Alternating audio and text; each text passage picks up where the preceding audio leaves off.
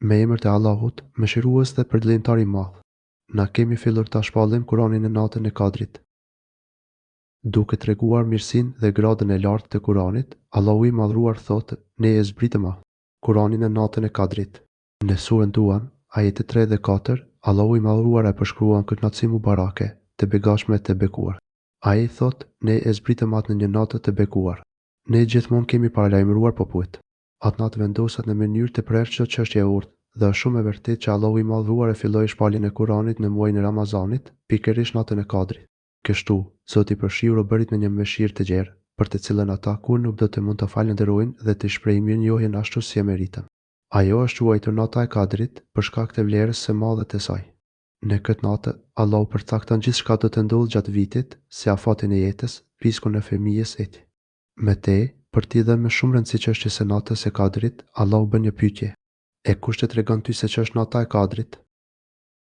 E ku mund ta dish ti se ç'është nata e Kadrit? Piçudit se ajo është një natë shumë e rëndësishme dhe dobia e saj është e jashtëzakonshme. Nata e Kadrit është më e vlefshme se 1000 muaj. Nata e Kadrit është më e mirë se 1000 muaj. Ajo është më e vlefshme se 1000 muaj. Edhe veprat e mira të kryera gjatë sa janë më të vlefshme dhe më të mira se puna në 1000 muaj, në të cilat nuk do të ishte ajo më. Ky fakt çorodit arsyeën e të mequrve dhe të urtëve për bujarinë dhe mirësinë e madhe që Allahu i Madhruar i ka dhuruar këtij umeti. Me bujarinë e tij, ai ka bërë një natë, punën e të cilën është më e mirë dhe më e shpërblyeshme se puna në 1000 muaj, pa atë natë mes tyre. Pra, çdo pjesëtar i këtij umeti, nëse kërkon atë natë, mund të marrë shpërblim për një vepër që as për 80 vjet jetë të mbushur me adhurime e vepra të mira nuk do t'i arrinte.